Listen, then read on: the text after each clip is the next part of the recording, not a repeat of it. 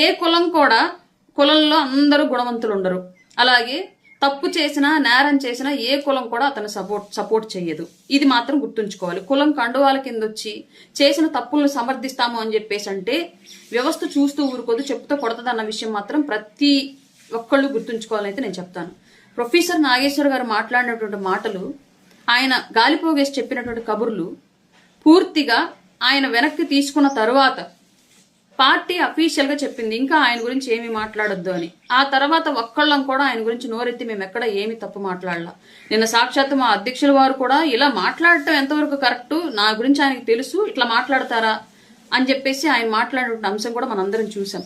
కానీ నిన్నేమో కొందరు మా కులాన్ని అంటారా, మా కుల మేధావిని అంటారా అని చెప్పేసి కొందరు వచ్చి ప్రెస్ మీట్లు పెట్టి మాట్లాడారు పవన్ కళ్యాణ్ గారి గురించి ఇష్టం వచ్చినట్లుగా. అలాగే ఇంకొకళ్ళు ఎవరో వచ్చి ఏదో మందుల శామ్యులు అంట, మాట్లాడే మాటలు కూడా జాగ్రత్తగా రావట్లేదు. నువ్వెలా నాయకుడివి, నిన్నెలా నాయకత్వంగా సపోర్ట్ చేస్తున్నారు నాకు అర్థం కావట్లేదు. నువ్వు మాట్లాడేటువంటి మాటలో ఆ భాషలోనే చెప్పాలని ఉంది కానీ మా పార్టీ ఒప్పుకోదు.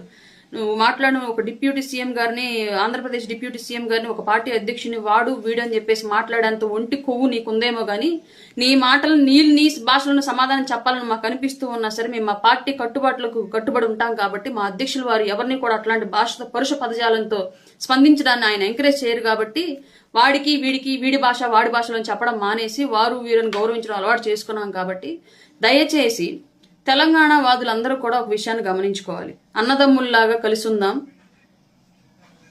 అని క్లియర్గా పవన్ కళ్యాణ్ గారు అప్పుడు ఇప్పుడు చెప్తూ ఉంటారు. తెలంగాణకి ఎలాంటి సమస్య వచ్చినా ఫ్లడ్ రిలీఫ్ ఫండ్స్ ఇవ్వడం కానివ్వండి, కరోనా టైంలో ఫండ్స్ ఇవ్వడం కానివ్వండి, అక్కడ ఉన్న దేవాలయాలకు ఇక్కడ ప్రభుత్వం నుంచి నిధులు రిలీజ్ చేయించడంలో కానివ్వండి, వివిధ అంశాల్లో ఎన్నో సందర్భాల్లో తెలంగాణ బిడ్డలకు అండగా నిలిచినటువంటి వ్యక్తి, ఆంధ్రప్రదేశ్ ప్రజల కంటే కూడా తెలంగాణలో ఉన్నటువంటి విప్లవ భావాన్ని, పోరాట తత్వాన్ని ఎక్కువగా ఇష్టపడేటువంటి వ్యక్తి పవన్ కళ్యాణ్ గారు. అట్లాంటి వ్యక్తిని మాట్లాడేటప్పుడు వాడికి వీడికి నాలుగు జారితే వాడి ఖండనలను ఖండాలుగా ఖండించి ఉప్పు కారం పెట్టి ఓరేస్తామన్న విషయం మాత్రం గుర్తుంచుకోవాలి ఎవడైనా సరే.